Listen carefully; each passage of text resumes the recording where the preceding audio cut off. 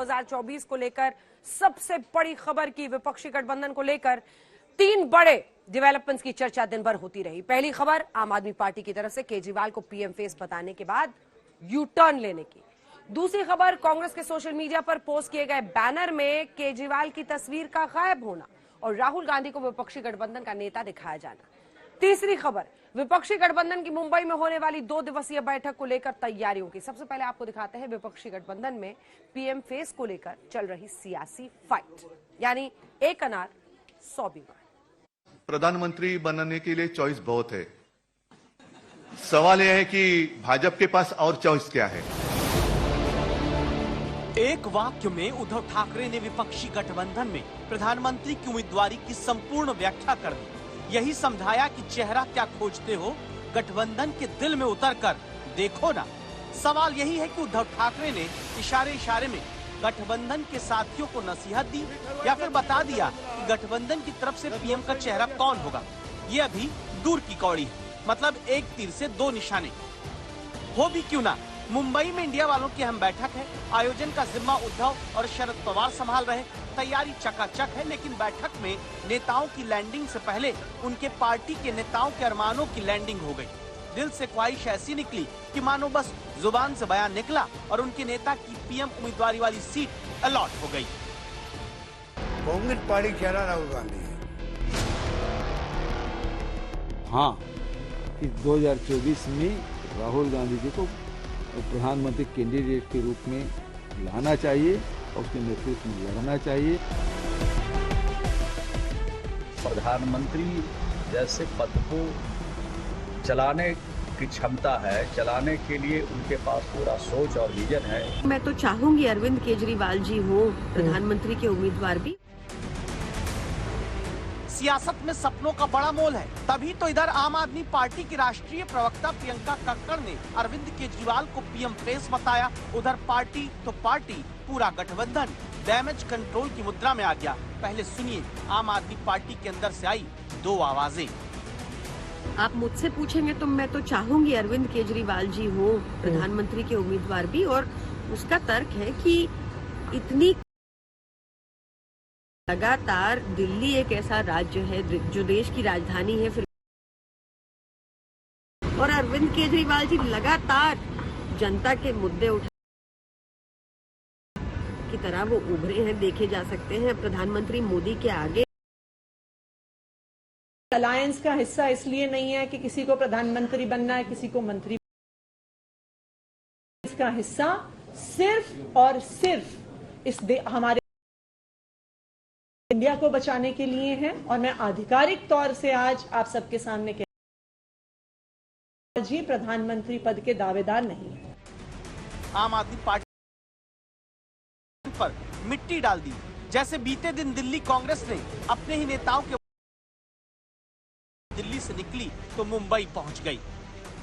सबके दिल में अपने प्रियंका चतुर्वेदी से पूछेगा प्रियंका कक्कड़ क्या कह रही हैं, प्रियंका चतुर्वेदी तो सबके मन में। तो पर आप ये सोचिए, एक भारतीय जनता पार्टी है जो डर डर कर एक ही नाम ले सकती है, और अगर गलती से भी नितिन गडकरी जी का नाम आ गया तो नितिन गडकरी जी का करियर खत्म कर देती है।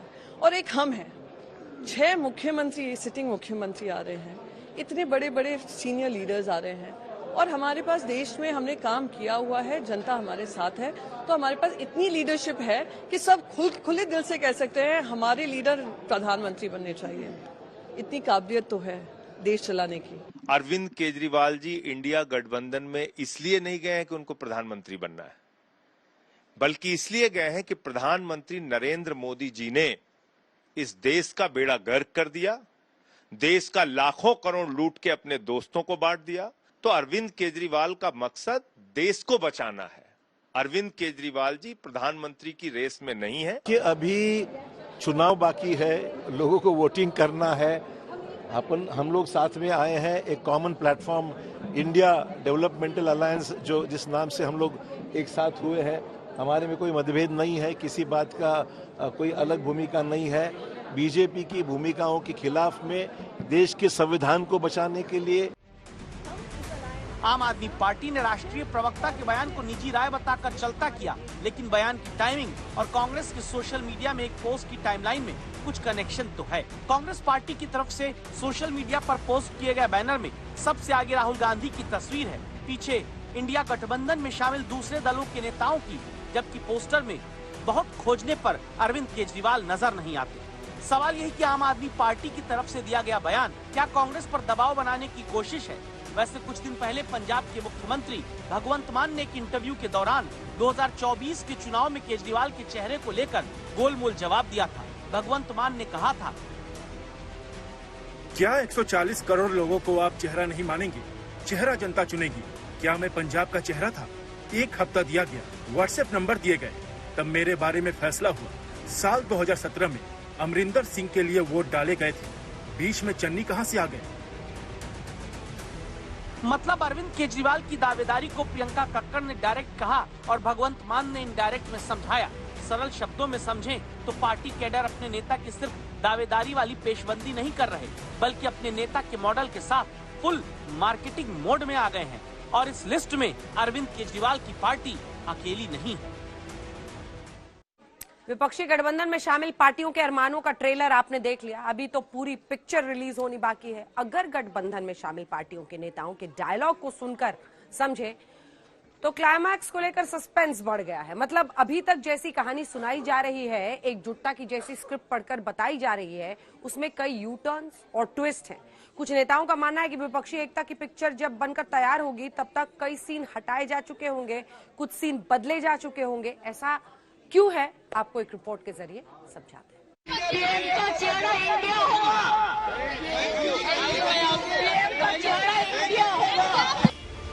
एक अनार और 100 बीमार, ये कहावत आपने सुनी होगी। विपक्षी गठबंधन का चेहरा कौन होगा, इसे लेकर यही हालात हैं। हर कोई अपने अपने नेता को चेहरा बताने में जुटा है। मतलब सीट एक है, लेकिन दावेदार अनेक। दरअसल दावा यही है कि गठबंधन में सब कुछ ठीक है, लेकिन चेहरे पर फाइनल निर्णय से पहले पीएम इन वेटिंग की इतनी लंबी लिस्ट आ गई है कि कंफ्यूजन ही कंफ्यूजन है। सबसे पहले बात राहुल गांधी की। राहुल गांधी को कांग्रेस के तमाम नेता पीएम मटेरियल बता चुके हैं। कई नेता राहुल के मॉडल का दिन रात प्रचार प्रसार करने में जुटे हैं। इशारा यही है कि बाकी सब ठीक है, लेकिन चेहरा तो राहुल है। ये तो जब गठबंधन बना है तो गठबंधन की जो पार्टियां हैं वो आपस में विचार विमर्श करने के बाद ही फैसला करती है। उसके मैं उस पर कॉमेंट नहीं करना चाहता। कांग्रेस पार्टी का चेहरा राहुल गांधी है। प्राइम मिनिस्टर का चेहरा जो है कांग्रेस पार्टी का वो राहुल गांधी है। राहुल गांधी रहेंगे, राहुल गांधी। सारे विपक्ष की तरफ से मैं कोई अधिकृत व्यक्ति नहीं हूं जो मैं अनाउंस करूं, लेकिन यदि कांग्रेस के एक कांग्रेसी कार्यकर्ता के नाते यदि आप पूछेंगे तो हाँ, कि 2024 में राहुल गांधी जी को प्रधानमंत्री कैंडिडेट के रूप में लाना चाहिए और उसके नेतृत्व में लड़ना चाहिए और हमें जीत हासिल होगी। हमारा नेता तय, हमारे नेता राहुल गांधी हैं, जिसकी स्वीकारोक्ति पूरे देश में है। अब कन्याकुमारी से कश्मीर पदयात्रा कर लिया राहुल जी ने। पूरे मैं समझता हूं कि पूरे हिंदुस्तान में अकेले ऐसे राजनेता हैं, ऐसे पार्टी के आम कार्यकर्ता हैं जिन्होंने 4000 किलोमीटर की यात्रा किया था। कांग्रेस पार्टी के हमारे उसमें कोई लेकिन परंतु नहीं। कांग्रेस के हमारे सबसे कद्दावर और मजबूत, जिनको पूरा देश स्वीकार करने के लिए और उनको चाहता है कि आप बनिए। हम सब लोग ये चाहते हैं, हम सब लोग ये डिमांड करते हैं, सारे लोग पूरे देश के अंदर, कि राहुल जी हमारे नेता हैं, वो प्रधानमंत्री पद को सुशोभित करें। कांग्रेस के नेताओं की लाइन एकदम क्लियर है।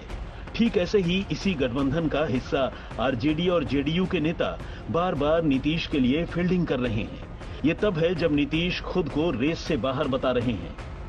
देखिए, हम लोग की पार्टी का मानना शुरू से है कि माननीय नीतीश कुमार जी मुख्यमंत्री बिहार तो पीएम मटेरियल हैं, इसमें कोई शक नहीं। लेकिन वहाँ पर सबकी सहमति से निर्णय लिए जाएंगे और जो भी निर्णय लिए जाएंगे उसके बारे में पहले से कह पाना कि कौन से निर्णय लिए जाएंगे वो उचित नहीं होगा। नीतीश कुमार जी कभी प्रधानमंत्री बनने की दावेदारी उन्होंने नहीं की और न कभी उन्होंने इच्छा भी की। ये लोगों में चर्चा होती रहती है कि मुख्यमंत्री की जो काबिलियत है, उनके अंदर जो काम करने की क्षमता है, उनकी जो सोच है, उनका जो विजन है, वो प्रधानमंत्री जैसे पद को चलाने उनकी क्षमता है, चलाने के लिए उनके पास पूरा सोच और विजन है। बिहार आजादी के बाद पहला राष्ट्रपति दिया है डॉक्टर राजेंद्र प्रसाद के रूप में, उसी तरह मैं चाहता हूं कि बिहार का ही प्रधानमंत्री कभी नहीं बना है।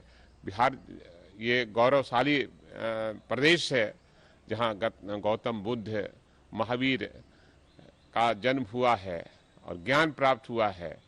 तो यहाँ के लोग प्रधानमंत्री हों, हमारी व्यक्तिगत राहत है कि नीतीश कुमार जी प्रधानमंत्री बने।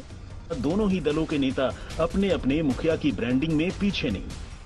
अखिलेश यादव जी का ऐसा कोई दावा नहीं, लेकिन समाजवादी पार्टी का हर कार्यकर्ता क्यों नहीं चाहेगा कि उनका नेता एक पीएम की कुर्सी तक पहुंचे, और किसी न किसी दिन पहुंचेंगे भी, उनमें ये काबिलियत है।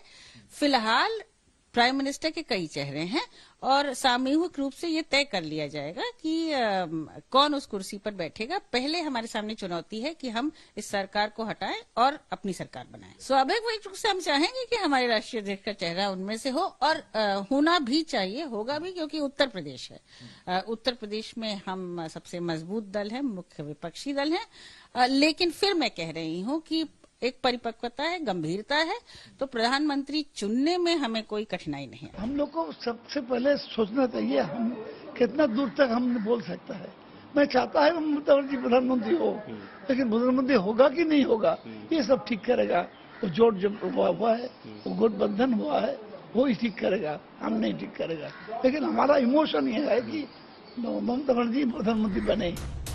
सवाल यह है कि अगर गठबंधन में कोई कंफ्यूजन नहीं है तो पीएम उम्मीदवार बनने की होड़ क्यों मची है। समाजवादी पार्टी के सांसद बर्क तो यहां तक कह गए कि अगर बिना होमवर्क के नाम का ऐलान कर दिया तो गठबंधन की नाव डूब भी सकती है। देखिए, अभी चेहरा मैं किसी का नहीं मानता।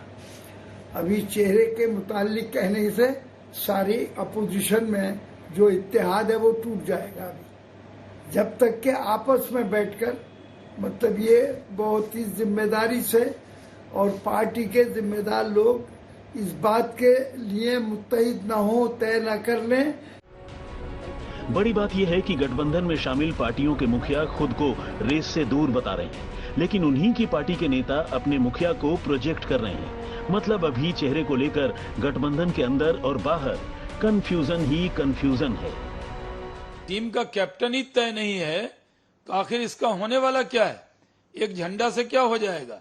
टीम में कोई कैप्टन नहीं है, कोई नेतृत्व नहीं है, हर सपनों के सौदागर इकट्ठे हो रहे हैं। ये सब ने हसीन सपने प्रधानमंत्री पद के देख रहे हैं, और प्रधानमंत्री का पद खाली होने वाला नहीं है। विपक्षी दलों के अरमान को बीजेपी हसीन सपना बता रही है। दावा यही है कि 2024 में भी देश की जनता विपक्षी नेताओं को पीएम इन वेटिंग बनाकर रखने वाली है, क्योंकि पीएम की वैकेंसी फुल है। मतलब 2024 में मोदी के खिलाफ चेहरा कौन है? विपक्षी दलों में बयानबाजी तो फुल है, लेकिन चेहरे का नाम अभी गुल है। आज तक ब्यूरो।